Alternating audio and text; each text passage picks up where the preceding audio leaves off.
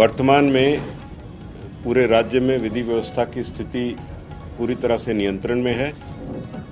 सासाराम और बिहार शरीफ में जो कुछ घटनाएं हुई उनमें अभी तक कुल 109 व्यक्ति जो इन कांडों में संलिप्त पाए गए हैं उनकी गिरफ्तारी हो चुकी है और लगातार हम उन लोगों की पहचान करके गिरफ्तारी का कार्यक्रम जारी रखेंगे।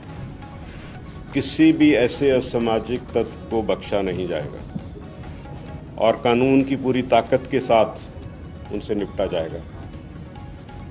ये निश्चित तौर पे एक प्रयास था राज्य की अमन शांति को भंग करने का, जिसको पुलिस प्रशासन ने, जिला प्रशासन ने मिलकर के इसको विफल किया है और हम पूरी तरह कॉन्फिडेंट हैं कि आगे कोई ऐसी घटना को हम नहीं होने देंगे जिससे कि आम सामान्य शांति व्यवस्था को कोई प्रतिकूल प्रभाव पड़े।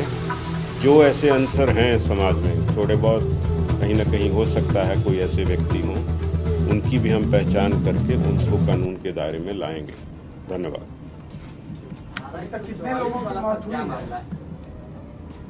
एक ही व्यक्ति की मौत हुई और वो आपको मालूम है, उसमें भी हमने कांड दर्ज करके गिरफ्तारियां की हैं।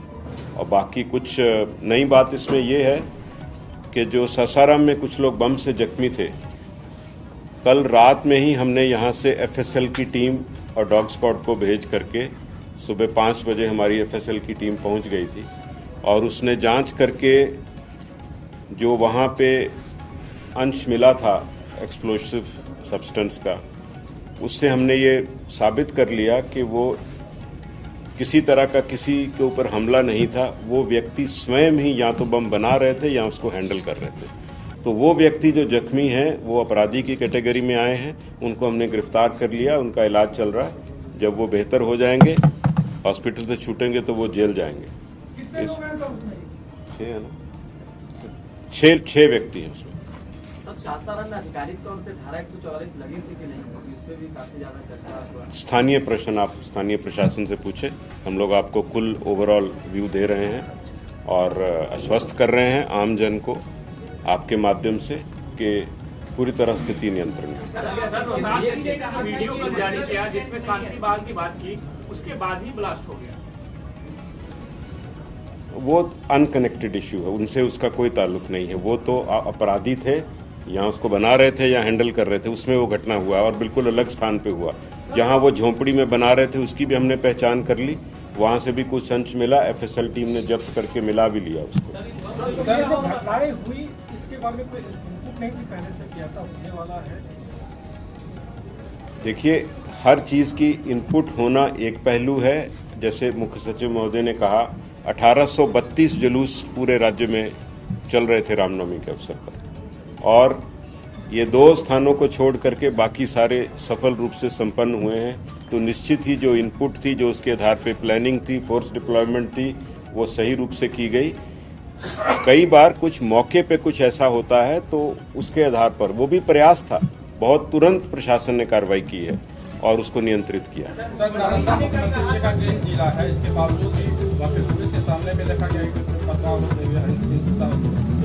मोटी बात आपको बता दिया।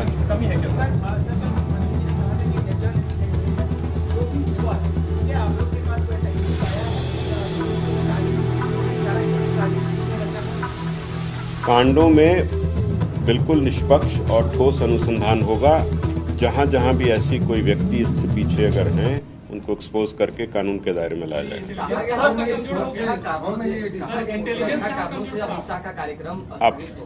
Sir, how many additional forces have been deployed for these, festivities and all this? And second thing, sir, is there any additional paramilitary forces which were asked by? सो रामनवमी के अवसर पर हर वर्ष कुछ अतिरिक्त बल, केंद्रीय बल मांग किए जाते हैं।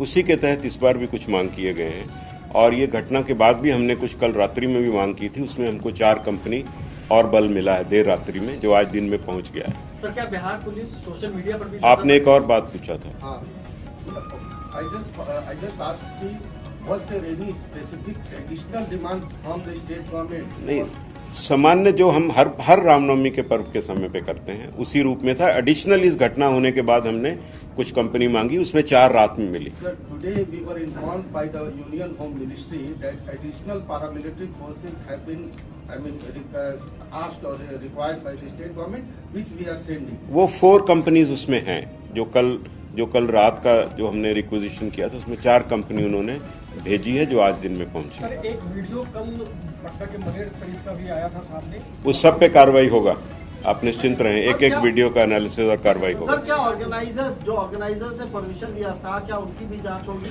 जो सब चीज की जांच होगी, कोई बख्शा नहीं जाएगा, आप देखते जाइए। बिना लाइसेंस के कोई जुलूस थे क्या, जो कि was there any जुलूस which was without license? नहीं, सब जुलूस को विधिवत लाइसेंस और उसमें निर्धारित शर्तें होती हैं लाइसेंस की, उसके तहत हैं। लेकिन हाँ, कहीं अगर उल्लंघन है वो सब की तो जांच होगी, सब चीज फुटेज की जांच होगी, आपको बताया जाएगा ड्यू कोर्स। अब मैं अपर मुख्य सचिव मुख्य सचिव महोदय से एक सवाल है, 144 लगा था या नहीं, इसको लेकर के कंट्रोवर्सी है, तो आप लोग स्थिति स्पष्ट कर दें कि क्या लगा था या नहीं। देखिए, ये बता दिया गया कि स्थानीय प्रशासन से स्थानीय मुद्दे पूछे जाएं। इस प्रेस कॉन्फ्रेंस में हम लोगों ने यहाँ पर राज्य की स्थिति आपको बता दी है और जो तैयारियां थी और जो स्टेप लिए गए, जो गिरफ्तारियां हुई वो बता दी हैं। धन्यवाद, थैंक यू।